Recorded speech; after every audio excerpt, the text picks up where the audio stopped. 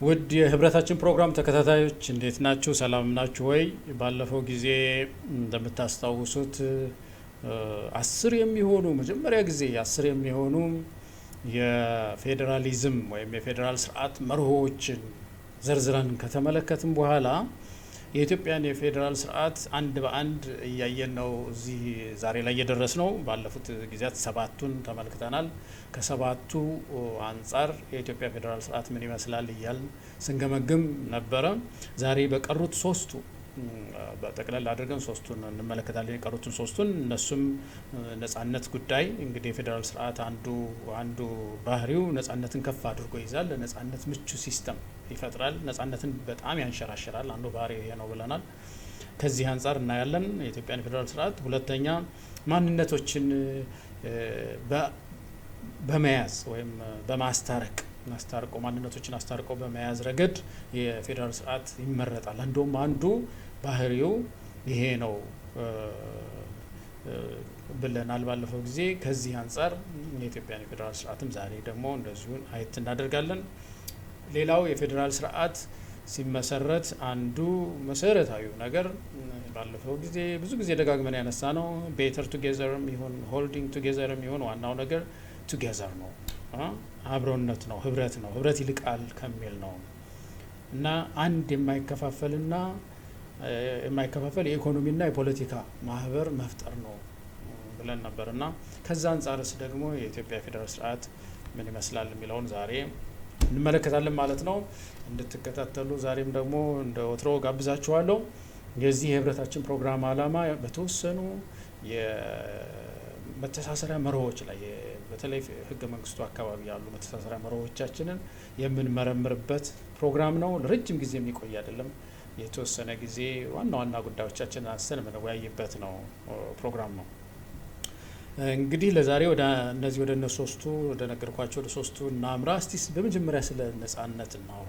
እንግዲህ ነጻነት እውነት ነው በአህዳዊ ስርዓትም ቢሆን በፌዴራል ስርዓትም ቢሆን ነጻነት አስፈላጊ ነው ተብሎ ነው የሚታመነው። ይሁን እንጂ እንደ ሲስተም ግን የፌዴራል ስርዓት ለነጻነት በጣም ምቹ ነው፣ ቦታ ይሰጣል፣ ሰፊ ቦታ ይሰጣል። ነጻነት እንዲንሸራሸር በደም ስሮች ውስጥ እንዲንሸራሸር በጣም ምቹ ነው የፌዴራል ስርዓት ተብሎ ይታመናል። ከዚህ አንጻር የኢትዮጵያ የፌዴራል ስርዓት ነጻነትን እንዴት ነው የሚያስተናግደው፣ እንዴት ነው የሚያየው፣ እንዴት ነው የሚረዳው የሚለውን ነገር እናያለን ማለት ነው። በመጀመሪያ እንግዲህ ነጻነት የሚባለው ነገር እንዲህ በሰፊው እንየው ከተባለ የማድረግ፣ የመናገር፣ የማሰብ ፍላጎትን ያለምንም ውጫዊ ከልካይ መፈጸም ማለት ነው ነጻነት ማለት አንድ ሰው ሊያደርግ የሚፈልገውን ለመናገር የሚፈልገውን የሚያሰብ የሚፈልገውን ነገር ያለምንም ውጫዊ ከልካይ ማድረግ ማለት ነው። ይሁን እንጂ ግን በዚህ ዓለም ላይ ስንኖር የሰው ልጅ ደግሞ ግላዊ ብቻ አይደለም፣ ማህበራዊ ፍጡር። ስለዚህ ማህበራዊ ፍጡር ሲሆን ደግሞ ህብረት ይፈጥራል። ህብረት ሲፈጥር ደግሞ ደንቦች ያስፈልጉታል። ከነዚህ ነጻነቶቹ ላይ በተፈጥሮ ከፈለገውን ነገር ከማድረግ የፈለገውን የመናገር የፈለገውን የማሰብ ነጻነቶቹ ላይ የተወሰኑትን ደግሞ መስዋዕት እንዲያደርግ፣ በተለይ ከመናገር ከማድረግ ጋር ማሰብ እንኳን ረቂቅ ነው ሰው ልጅ እና ከነዚህ ግን እየተወሰነ እየቆነጠረ ደግሞ ተወት እንዲያደርጋቸው ስለ ማህበሩ ሲል እንዲያደርጋቸው ያስፈልጋልና የሰው ልጅ ደንቦችን ያወጣል፣ ህጎችን ያወጣል፣ ህገ መንግስት ይቀርጻል። ስለዚህ ምን ያደርጋል? እዛ ላይ አድርግ አታድርግ ወይም ደግሞ መብትና ግዴታን ያስቀምጣል ማለት ነው። ስለዚህ አሁን እኛ መብት የምንለው እንግዲህ በማህበራችን ውስጥ የሚኖሩ መብቶቻችንን በህገ መንግስት የሚቀመጡ መብቶቻችንን ዓለም አቀፍ ስታንዳርዳቸውን የጠበቁ በኢንተርናሽናል ሎውም ስምምነት በዓለም ላይ ያገኙ የሰው ልጅ መብቶችን በሚመለከት ምን ያህል የኢትዮጵያ የፌዴራል ስርዓት የህገ መንግስታችን ከፍ አድርጎ ይዟል፣ የፌዴራል ስርዓቱ ምን ያህል ያንሸራሽራል ይህን ነጻነት የሚለው ላይ ነው የምናተኩረው ማለት ነው። እንግዲህ በኢትዮጵያ ህገ መንግስት ውስጥ ስንመለከት በሁለት መንገድ ነጻነትን ወይም ይከፍለዋል። አንደኛው ግለሰብ ነው፣ ግለሰብ ወይም ደግሞ ዜጋ የዜግነት መብቶች የሚላቸው ያስቀመጣቸው አሉ። ሁለተኛው ደግሞ የቡድን መብት ብሎ ያስቀመጣቸው አሉ ማለት ነው። በአጠቃላይ ህገ መንግስቱን ስታዩ ብዙ ቦታ ስለ ዜግነት መብት ይናገራል። ወደ ከ20 ጊዜ በላይ ስለ ዜግነት ይናገራል። ለምሳሌ አንቀጽ 6ን ብታዩ፣ 9ን ብታዩ፣ 10ን ብታዩ፣ 24፣ 29፣ 32፣ 33፣ 38፣ 40፣ 41፣ 89፣ 90፣ 91፣ 92ን በሙሉ ብታዩቸው በአንድም በሌላም መንገድ የዜጎችን መብትና ግዴታዎች ያነሳል። ይሄ ማለት እንግዲህ ሰፊ ቦታ ሰጥቶታል ማለት ነው። ሰፋ ያለ ቦታ አለው ዜግነት ማለት ነው እና ብዙ ቦታ ተጠቅሶ ታያላችሁ። የኢትዮጵያ ህገ መንግስት ያን ያህል ሰፊ ዶክመንት ነው የሚባል አይደለም፣ ትንሽም ደግሞ አነስተኛም አይደለም፣ መካከለኛ ዶክመንት ነው። በዚህ ውስጥ እንግዲህ በዛ ያለ ቦታ የዜግነት ጉዳይ ተነስቷል ማለት ነው። ከዛ ባሻገር ያለው አሁን ያልኳችሁ የቡድን መብት ደግሞ አለ። ከዛ ከቡድን መብቱ በፊት ግን አንቀጽ 25ን ብታዩ ለምሳሌ ምን ይላል? ሁሉም ሰዎች በህግ ፊት እኩል ናቸው፣ በመካከላቸው ማንኛውም አይነት ልዩነት ሳይደረግ በህግ እኩል ጥበቃ ይደረግላቸዋል ይላል። እንደዚህ እያለ ይዘረዝራል። እንግዲህ ይሄ ማለት ምን ማለት ነው? ደረጃውን የጠበቀ በዓለም አቀፍ ሎም ህግጋትም በብዙ ሀገራት ተቀባይነት ያለው ሀሳብ ነው ይሄ። እንደዚህ አይነት አንቀጾች በህገ መንግስቱ ላይ አሉ ማለት ነው እና የግለሰብ መብትን በሚመለከት ሰፋ ያሉ አንቀጾች አሉት። ወደ ቡድን ስንመለስ፣ የቡድን መብትን ስንመለስ በኢትዮጵያ ህገ መንግስት ውስጥ ዘርዘር ብለው የተቀመጡ የቡድን መብቶች አንደኛው ብሔር ነው። ብሔር ብሔረሰብና ህዝብ ተብለው ተከታትለው የሚቀመጡ በተለምዶ እነሱ አንደኛው ብሔር ነው። አንቀጽ 39 ላይ በተለይ ትኩረት ሰጥቶ አስቀምጦታል። ሁለተኛው የሰራተኞች መብት የሚባል አለ። አንቀጽ 42 ላይ እንደዚሁ ሰራተኞችን እንደ ቡድን የሚያይ አንድ ክፍል አለ። ከዛ ደግሞ የሴቶች አለ። አንቀጽ 35 ብታዩ ስለ ሴቶች እንደ ቡድን ከጾታ አንጻር አይቶ መብቶቻቸውን ያስቀምጣል። የሃይማኖት መብት ደግሞ እንደዚሁ አንቀጽ 27 ላይ አለ። ከዛ ባሻገር እንግዲህ ሌሎች ቡድኖችን አያነሳም ህገ መንግስቱ። ለምሳሌ ያህል ብሔር አለ እንደሚባለው ኢትዮጵያ ውስጥ ነገድም አለ ይባላል። ለምሳሌ እና ስለ ነገድ ለምሳሌ ምንም አይልም። ብሔር አለ እንደሚባለው ብሔር ብሔረሰብ ህዝብ አለ እንደሚባለው ጎሳም አለ ይባላል። እንግዲህ ከብሔር አነስተኛው መካከል ቀጥሎ ያለው ስብስብ ነው ይባላል። እሱም ለምሳሌ የለም። አካል ጉዳተኞች የሉም።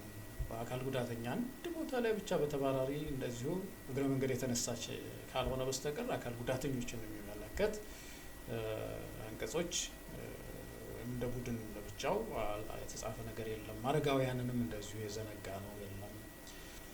ገበሬዎችን በአጠቃላይ የገበሬው መብት ምን እንደሆነ ሰፋ አድርጎ በተለይ ገበሬው የገበሬ ሀገር እንደመሆኑ 80% የሚሆነው ገበሬ እንደመሆኑ የገበሬው መብት የተቀመጠበት ሁኔታ የለም። መያዶች ሲቪክ ኦርጋናይዜሽንስ እንደ በተለይ እንደ መንግስታዊ ያልሆኑ ድርጅት እንደመሆናቸው ፕሪንሲፕሎች ዋና ፕሪንሲፕሎች ዝርዝር ህጎች ሊወጣሉ፣ ግን ዋና መርሆዎች ሊቀመጡ ይገባ ነበርና እነዚህ ቡድኖች እንደ ቡድን እነዚህ አልተገለጹም። የሆነ ሆኖ ግን ከፍ ስል ያነሳዋቸው ደግሞ የቡድን መብት ብለው ተቀምጠዋል ማለት ነው በህገ መንግስቱ ውስጥ።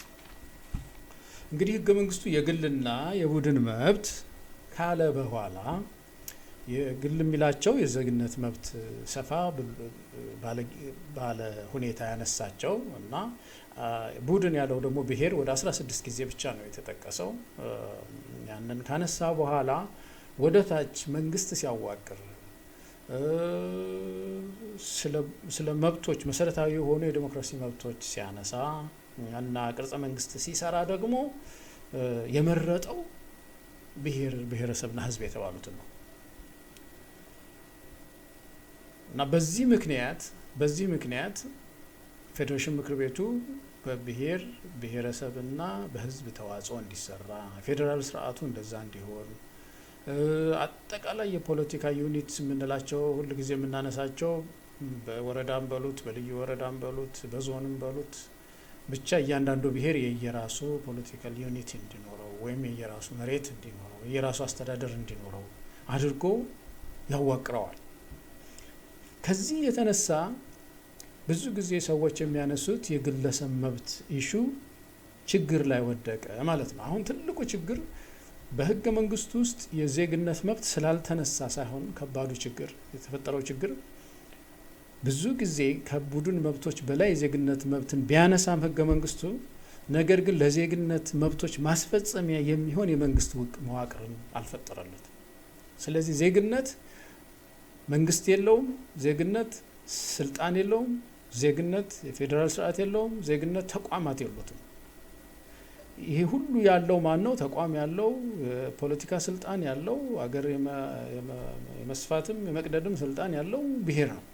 ስለዚህ ዜግነት እነዛ መብቶቹ ለማስከበር የግድ በቡድን ውስጥ መምጣት መቻል አለበት ማለት ነው እንጂ በራሱ ምንም ተቋም ሳይሰራለት ስለቀረ ነው የዜግነት መብት ኢትዮጵያ ውስጥ ከፍተኛ ዴፊሲት ውስጥ የገባው። የዲሞክራሲ ዴፊሲት ይህ ስርዓት አሁን የኢትዮጵያ ፌዴራል ስርዓት ከፍተኛ የሆነ የዲሞክራሲ ዴፊሲት አለው የሚባለው ለዚህ ነው።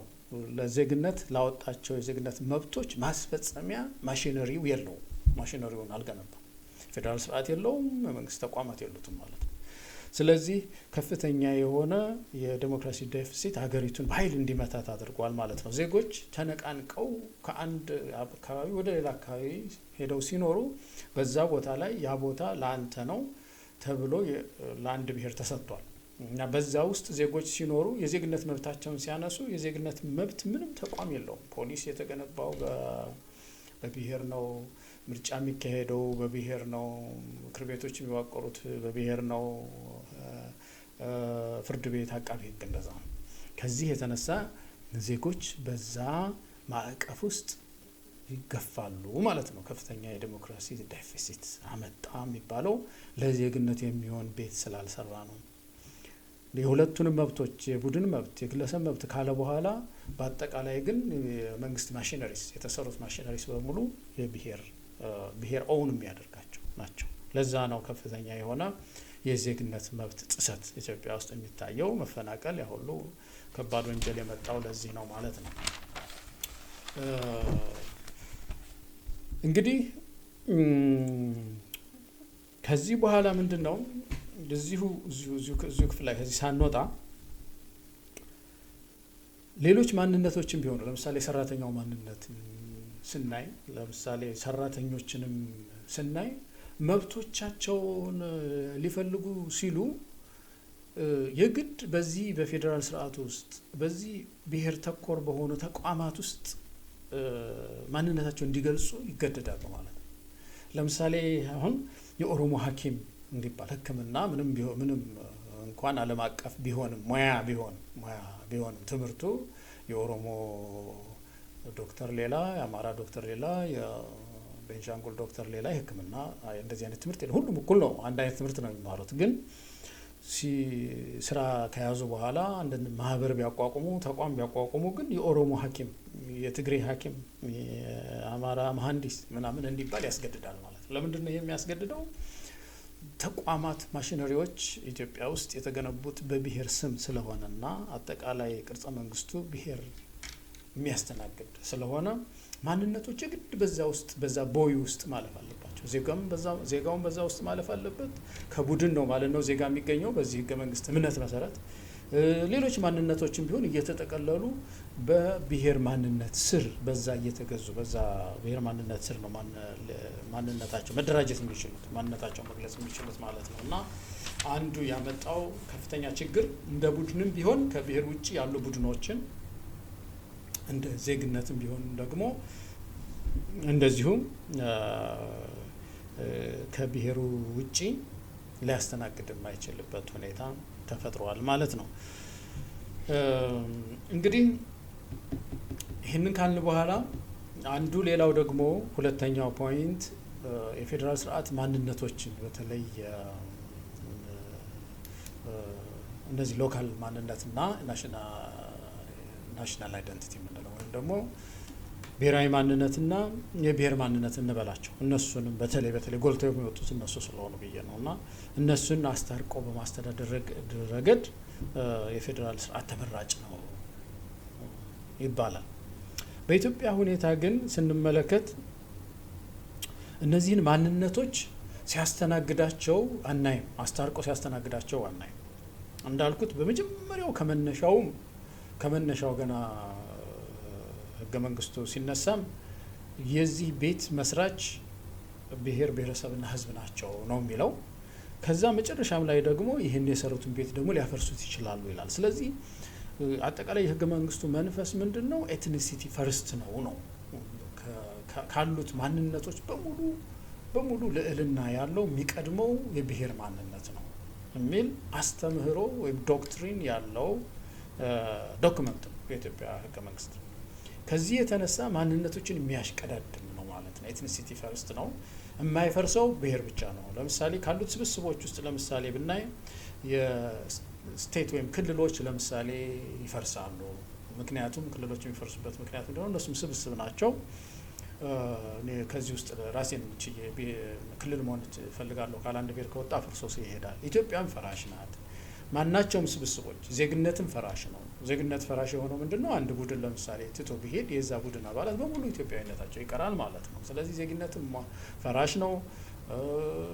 ስቴቶችም ፈራሽ ናቸው። ኢትዮጵያ ዋናው ቤትም ፈራሽ ነው። የማይፈርስ አንድ ብቻ ነው ያለው ተብሎ የሚታመንለት ብሔር ነው እና ይህን ሁሉ ልዕልና ይወስድና ለሌሎች ስብስቦች በሙሉ ያለው አመለካከት ዝቅተኛ ነው ማለት ነው እና ማንነቶችን በማስተናገድ ረገድ በተለይ ብሔራዊ ማንነትን እና የብሔር ማንነትን አቻችሎ አስታርቆ ዘላለም የሚያኖር ሳይሆን የሚያፈራክስ አንተ ፈርክሰው መሄድ ትችላለህ ብሎ የሚያውጅ አዋጅ ነገረ የፌዴራል ስርዓት ነው ማለት ነው። ስለዚህ ይሄ አንዱ ትልቁ ችግር አሁን የኢትዮጵያ ፌዴራል ስርዓት ችግር ይሄ ነው። ዩኒየናችንን ወይም ህብረታችንን ቋሚ አለማድረጉ፣ ተለያይተን ምድሪቱን ተቀራምተን እንደገና ሌላ መንግስት ደግሞ መስርተን መኖር አንድ የዴሞክራሲ ስርዓት መገለጫ ነው። የቡድን መብት ጥጉ ዋናው ጥግ እንደውም ስጋው ከባድ ዋናው ተፈላጊ ነገር እሱ ነው። የመብት ሁሉ ዋና መብት መገንጠል ነው የሚል አይነት ትምህርት ነው ያለው። ስለዚህ ያ አንዱ የኢትዮጵያ ህገ መንግስት ያልተለመደ በሌሎች ህገ መንግስታት ላይ በተለሎች የፌዴራል ስርዓት ላይ የማይታይና በተለይ ማንነትን በማስተናገድ ረገድ በጣም ደካማ የሆነ አስተሳሰብ የያዘ ነው ማለት ነው የኢትዮጵያ ህገ መንግስት። የፌዴራል ስርዓት ዋናው ዓላማ በመጀመሪያ ጊዜ እንደተነጋገር ነው የመጀመሪያው ዓላማ ዛሬም ደግመን እንለዋለን፣ ሆልዲንግ ቱጌዘር ሊሆን ይችላል አመጣጡ፣ ካሚንግ ቱጌዘር ሊሆን ይችላል አመጣጡ። ያም አለ ግራም ነፈሰ ቀኝ ነው የሚለው የኛ ሀገር ሰው አይደለም። ዓላማው ቤተር ቱጌዘር ነው፣ ቱጌዘርነስን ማጠናከር ነው ብለን ነበር እና በዚህ ረገድ የኢትዮጵያ ህገ መንግስት ግን ይወድቃል። ቱጌዘርነስን ሳይሆን የሚለው ኮንዲሽናል እስከምንፈልገው ጊዜ ድረስ እንኖራለን፣ ካልሆነ ግን ይሄ ከፍተኛ ልዕልና የተሰጠው ብሔር የሚባለው ቡድን አፍርሶ ሀገሪቱን ዩኒየኑን ማፍረስ ይችላል የሚል ነው። ስለዚህ ከዚህ አንጻር የኢትዮጵያ ህገ መንግስት አሁንም እነዚህን ቅድም ያነሳሳናቸውን ሶስቱ ፌዴራል ስርዓት መርሆዎችንም ደግሞ በቃ ይሰብራል ማለት ነው። እስካሁን ያየናቸው 10 ብለን ያወጣናቸው ነው ዋና የፌዴራል ስርዓት መርሆዎች ሙሉ በሙሉ ይሰብራቸዋል ወይ ይሸራረፋቸዋል። ስለዚህ በአጠቃላይ አሁን የኢትዮጵያን የፌዴራል ስርዓት ነው ለማለት ወደ መጨረሻው እንመጣበታለን አይቻልም ማለት ነው። ወደዛ ድምዳሜ እንመጣለን። ለምሳሌ አሁን የአንዳንድ ሀገራትን የፌዴራል ስርዓት መነሻቸውን ወይም በተለይ ፕሪያምብላቸው ላይ የገለጹትን እንመለከታለን። የፌዴራል ስርዓት ዋናው ዓላማ አንድ የኢኮኖሚና የፖለቲካ ዩኒየን መገንባት ነው። አንድ የኢኮኖሚ አንድ የፖለቲካ ማህበር መፍጠር እና በዛ ማህበር ስር እንግዲህ ዘና ያለ የመንግስት ሲስተም ፈጥሮ የመንግስት ስርዓት ፈጥሮ ዴሞክራሲን እያሳለጡ ውድድር ኢኖቬሽንን ፈጥሮ ለአጠቃላይ ለኮመን ጉዱ መስራት መረባረብና ሀገርን ማሳደግ ነው። እንጂ የሆነ ጊዜ እንከፋፈላለን ብሎ ህብረት የለም። ሌላው ሲነሱ በመጀመሪያ የሚምሉት መሐላ በሀዘንም በደስታም በከፍታም በዝቅታም አብረን እንሆናለን የሚል ነው። ለምሳሌ የተወሰኑትን ሀገሮች የህገ መንግስት ፕሪያምብሎቻቸውን አነብላችኋለሁ እና ከዛ መጨረሻ ላይ ደግሞ የኛ ምን እንደሚል በተለይ አንድ የፖለቲካና የኢኮኖሚ ማህበር ከመፍጠር አንጻር የኛ ህገ መንግስት ምን እንደሚል አሳያችኋለሁ። የመረጥኳቸው 1 5 6 የሚሆኑ ሀገሮችን ቶሎ ቶሎ አነብላችኋለሁ። ለምሳሌ አንደኛው አውስትራሊያ ነው። አውስትራሊያ whereas the people of the New South Wales, Victoria, South Australia, Queensland, Tasmania, humbly relying on the blessing of Almighty God, have agreed to unite in one indivisible federal commonwealth ይላል።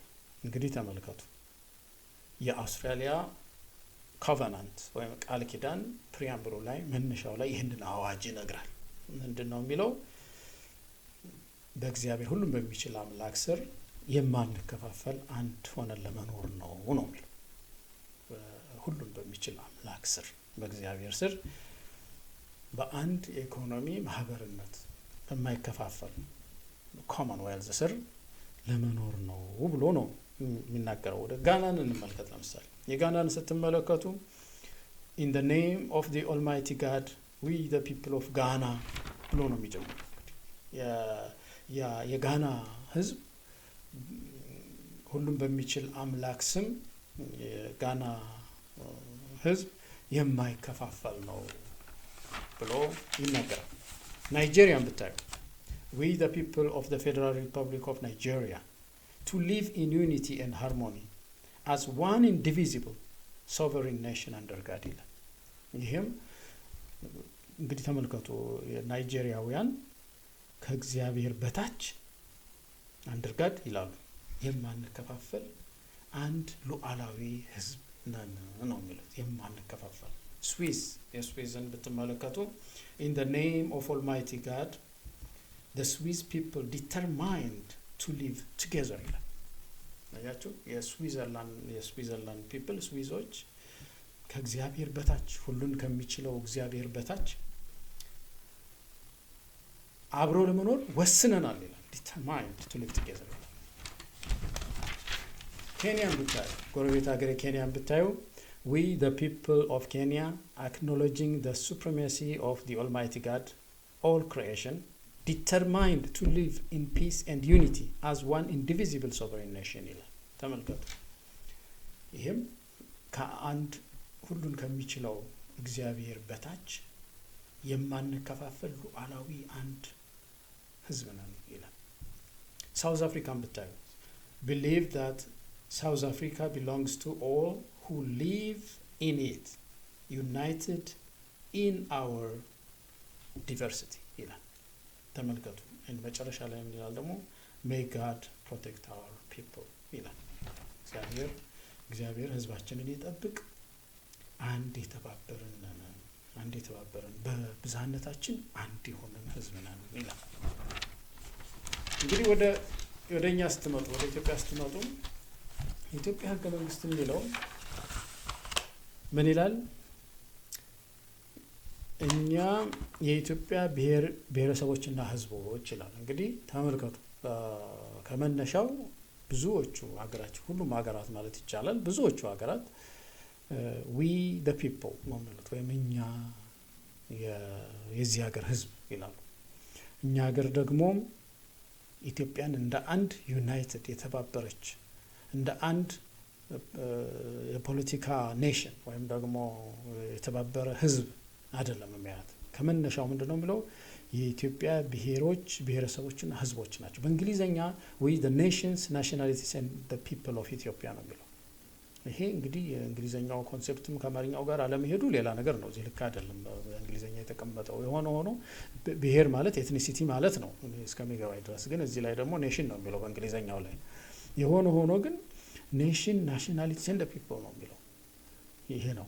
ከዛ ምን ይላል? በሀገራችን ኢትዮጵያ ውስጥ ዘላቂ ሰላም ዋስትና ያለው ዴሞክራሲ እንዲሰፍን የኢኮኖሚና ማህበራዊ እድገታችን እንዲፋጠን የራሳችንን እድል በራሳችን እንድንወስን ነው። በቃ የተሰባሰብነው የራሳችንን እድል በራሳችን እንድንወስን ነው። ተሰባስበን አንድ ህብረት ፈጥረንም ግን የራስ እድል በራስ መወሰን የሚለው ነገር ወሳኝ ነው። እሱን ይዘን ነው የምንሄደው። እሱን መስዋዕት ሳናደርግ የራስ እድል በራስ የሚባል ነገር መስዋዕት ሳናደርገው ነው ህብረት የምንፈጥረው ነው የሚለው እና በህግ የበላይነትና በራሳችን ፈቃድ ላይ የተመሰረተ አንድ የፖለቲካ ማህበር በጋራ ለመገንባት ነው። እንግዲህ ገንብተናል አይደለም፣ ዲተርማይንድ ስዊዘርላንድ ሳይድ ቱ ሊቭ ቱጌዘር ወስነናል ይላል። እዚህ ግን ገና ለመገንባት ደግሞ እንሰራለን የሚል መንፈስ ነው ያለው። የሆነ ሆኖ ግን ዋናው ነገር ኢትዮጵያን እንደ አንድ የተባበረ ህዝብ ወይም ደግሞ ፖለቲካሊ ኤንድ ኢኮኖሚካሊ ዩናይትድ እንደሆነ ህዝብ አይደለም የሚገልጸው ማለት ነው። የተለያየ ኔሽንስ ኢን ናሽናሊቲስ ኤንድ ፒፕል ብሎ ይጠራል ማለት ነው እና የተከፋፈለ ኢትዮጵያ የተከፋፈለ ህዝብ ማለት ነው። ስለዚህ አሁን ኢትዮጵያ አንድ የቆረጠ የኢኮኖሚና የፖለቲካ ማህበርተኛ የፈጠራት ዩኒየን አይደለችም አሁኗ ኢትዮጵያ ማለት ነው። ይሄ ዩኒየናችን የቆረጠ መስዋዕት ያደረገ የራሱን የኢኮኖሚ ኢንተረስት የፖለቲካ ኢንተረስት መስዋዕት ያላደረጉ ብሔሮች ራስ በራሳችንን ይዘን ነው የምንፈጥረው ዩኒየናችን። ከዛ ጋር የእጃችንን ይዘን ነው ዩኒየን የምንፈጥረው የሚል አይነት መንፈስ ያለው ዩኒየን የተፈጠረው። እንዲህ አይነት የፌዴራል ስርዓት ደግሞ በዓለም ላይ የለም። ሌሎች የፌዴራል ስርዓቶች የሚከተሉ ሀገሮች እንዳነበብኩላችሁ ሌሎቹ በሙሉ አንደርጋድ ነው የሚሉት ከእግዚአብሔር በታች ማንከፋፈል አንድ ህዝብ ነን፣ ኢንዲቪዚብል ነን፣ አንነጣጠልም፣ በልዩነታችን አንድነታችን የተከበረ ነው የሚል ነው ማለት ነው እና ይሄ የተለየ ያደርገዋል። እንግዲህ በአጠቃላይ ስታዩ የነጻነትንም ጉዳይ ስትመለከቱ ቅድም እንዳልኳችሁ የዜግነትን መብቶች በሙሉ ብሔር በልጦታል፣ ብሔር ውጦታል። ብሔር ስለዋጠው የዜግነት መብቶችን ስንፈልግ ማስፈጸሚያ ማሽኖችም ስለሌሉት በከፍተኛ ችግር ውስጥ ዜግነት ወድቆ ይታያል ኢትዮጵያ ውስጥ ማለት ነው። በተለይ ሲንቀሳቀስ ከምንም በላይ ሲንቀሳቀስ በተለይ ፕሮፐርቲ ራይት አካባቢ ላይ ከፍተኛ እንቅፋት ይፈጥሯል። መሰረታዊ የሆነ የፖለቲካ መብቶች የመመረጥ መብቶች ላይ ከፍተኛ ችግር ውስጥ ወድቋል ዜግነት። ምክንያቱም ማሽነሪ የለው ተቋማት ስለሌሉት ነው። የተፈጠሩት ተቋማት ለዜግነት ሳይሆን ለቡድን ስለሆነ ማለት ነው። ስለዚህ ኢትዮጵያ እንግዲህ ሽግግር ያስፈልጋታል ማለት ነው። አሁን የኢትዮጵያ ፌዴራል ስርዓት ይሄ ከሆነ ሽግግር ያስፈልጋታል ማለት ነው። እንዲሁ ከሽግግሩ በፊት ግን የኢትዮጵያ የፌዴራል ስርዓት እነዚህን የፌዴራል ስርዓት ዋና መርሆዎችን እየሰበረ እንደገና ደግሞ ፌዴራላዊ ነኝ ዴሞክራሲያዊ ነኝ ይላል ትላለች ሀገሪቱ ህገ መንግስቷ ላይ እንደዛ ይላል። ፌዴራላዊ ዴሞክራሲያዊ ሪፐብሊክ ነኝ ትላለች። ነገር ግን የፌዴራል ስርዓቱ መርሆዎችን ግን በፀሐይ በግልጽ ተሰብሮ ይታያል። በቃ ፈጠረችው ህገ መንግስት ተሰብረዋለች፣ ፖለቲካ አስተሳሰቧ ተሰብረዋለች፣ በቅርጸ መንግስቶቹ ሁሉ ይሰበራል፣ በተቋማት ሁሉ ይሰበራል። ስለዚህ ምን አይነት ስርዓት ነው በመጀመሪያ ደረጃ ኢትዮጵያ ያላት የሚለው ዲፋይን ማድረግ ለሽግግር ይጠቅማል እና ራሱን የቻለ ልዩ ተፈጥሮ ያለው ነው የኢትዮጵያ። አሁን አህዳዊ ስርዓት አይደለም እንደምታውቁት የምንከተለው፣ የፌዴራል ስርዓትም አይደለም፣ ኮንፌዴሬሽንም አይደለም። አሁን ብዙ ጊዜ ኮንፌዴሬሽን አንዳንድ ሰዎች ወደዛ ያደላል ምናምን ይላሉ። አንዳንድ ኤሌመንቶች አሉት የፌዴራል ስርዓቱ። እዚህ አሁን ያለው ህገ መንግስቱን ስታዩ የተለያየ ኔሽንስ ናሽናሊቲስ ኤንድ ፒፕል ነን የሚለው ሀሳብ ወደ ኮንፌዴሬሽን የሚያደላ ይመስላል። ደግሞ በሌላ በኩል ወደ ውስጥ ስታዩት ደግሞ የኮንፌዴሬሽን ስርዓቶች ይሰብርና እንደ ዩኒተሪም እንደ ፌዴራል ስርዓትም የሚቀጣቸው ነገሮች የተዘበራረቁ ነገሮች አሉት። ስለዚህ የተለየ ስርዓተ መንግስት ነው ያለን ማለት ነው እና ይሄ ስርዓተ መንግስት ሰዎች የተለያየ ስም ሊሰጡት ይችላሉ ካጠኑ በኋላ። እኔ ግን ሳየው የብሔሮች ክልል ስርዓት ነው ብዬ ነው የተማርኩት። የብሔሮች ክልል ስርዓት ነው። ብሔሮች ከዚህ ወዲያ አይኔ ነው ከዚህ ወዲያ አይኔ ነው ብለው ከልለው የሚኖሩበት ስርዓት ነው እና ይህን ክልላቸውን ደግሞ አት ኤኒ ታይም ይዘነው እንሄዳለን ብለው የተማማሉበት የማይጸና ዩኒየን የተፈጠረበት ስርዓት ነው እና የብሔሮች የክልል ስርዓት ቢባል ምናልባት ይገልጽ ይሆናል። እንግዲህ ሌሎች ደግሞ አጥንታችሁ ወገኖቼ እናንተም ስም ልትሰጡ ትችላላችሁ።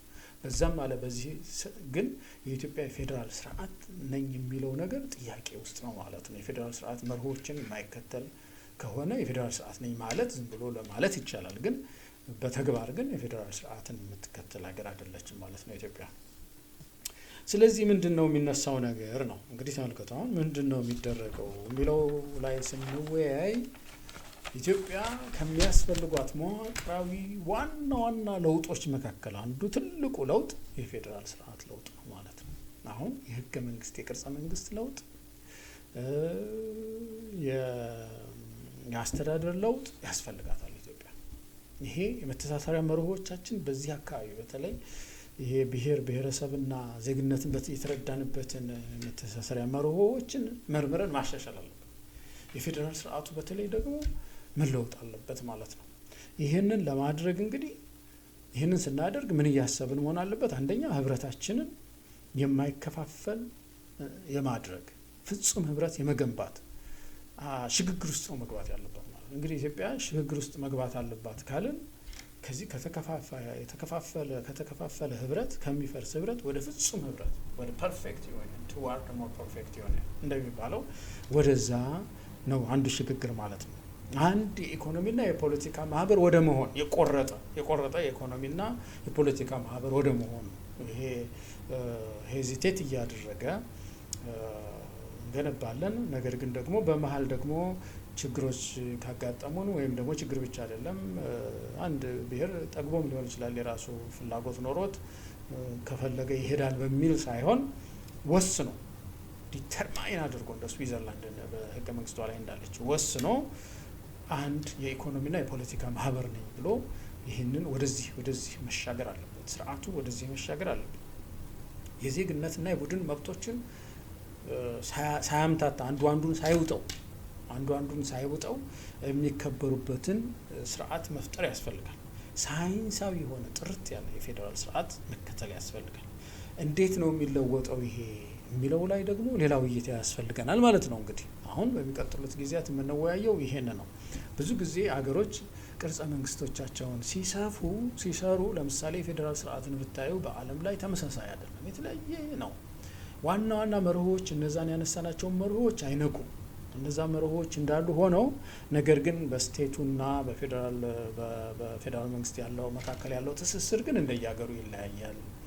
እንደየሁኔታው ለምሳሌ ባለፈው ጊዜ እንዳነሳ ነው ካናዳን ብናይ በማህበራዊ አገልግሎት ጉዳይ በጣም ስቴቶች ውስጥ ይገባል ፌዴራል ስርዓቱ። የአሜሪካን ስታዩት ደግሞ ቁጥብ ነው።